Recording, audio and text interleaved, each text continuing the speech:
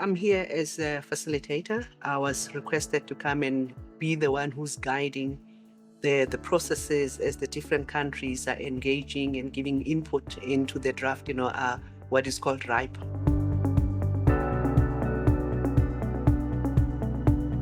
It is actually very, very humbling and exciting at the same time because as we know that SADC, it's a regional, body, but I have also been involved in the policy processes at the continental level.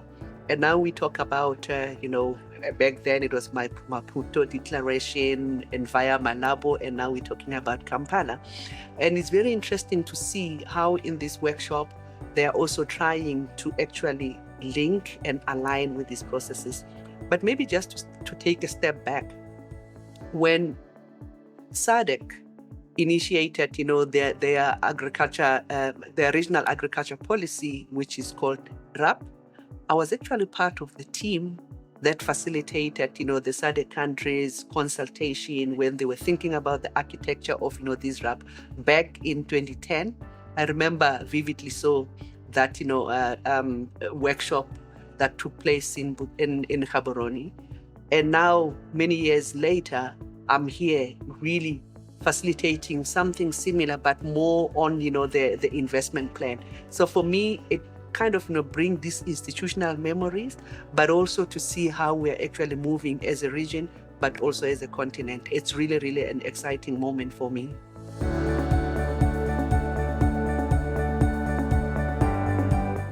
I'll talk about this at two levels. So when we talk about the regional bodies, these are the policy spaces, so these are the places where policies are negotiated, policies are drafted and things like that. When we talk about now the Kampala Declaration, that is actually a policy engine that aims to guide the countries in what they need to invest in agriculture to see, the Africa, that we want. And when you take it down to the regional level, what we are doing now at the SADC region, it's also at the regional level, and these are policy instruments and all that. So at that level, I think we are doing very well in terms of, getting the harmonizations and all that. But what we see is the gap in terms of those policies and how the countries are actually domesticating it or how the countries are implementing.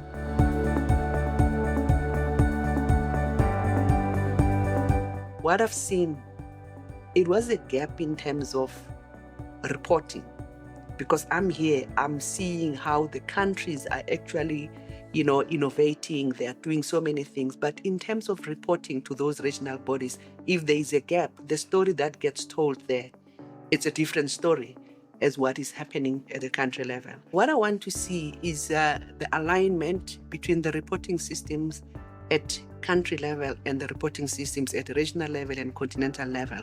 Because if those reporting systems are not aligned, it's like, we talk, past each other, because there is a lot that the countries are doing. But if the reporting system does not speak to what they are doing, that story doesn't get to be told at the regional level or continental level.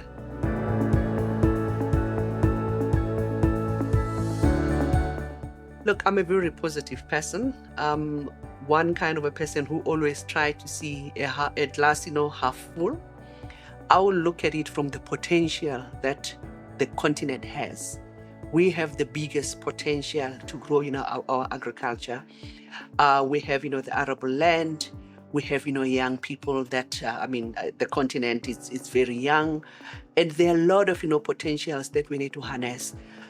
What we need to do that is really to work together, our political leaders, to really put, the support for this sector, because agriculture is our life. You are sitting here, I'm sitting here today because I had a very good breakfast.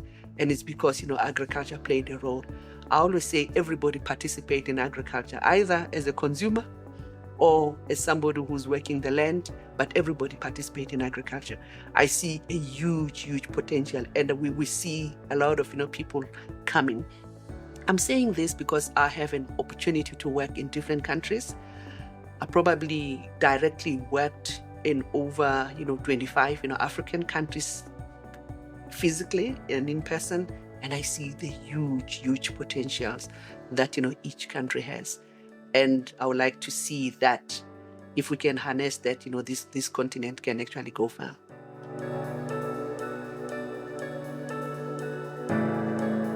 I always say facilitation is my bread and butter, and I differentiate myself in the sense that I prepare for any event.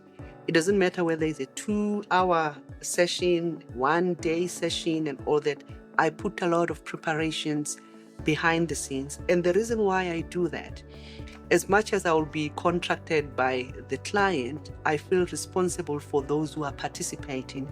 I want them to have a feel of, to have that sense of belonging, but also the sense of knowing that their contributions, their individual contributions, is listened to, and they are given an opportunity to do that.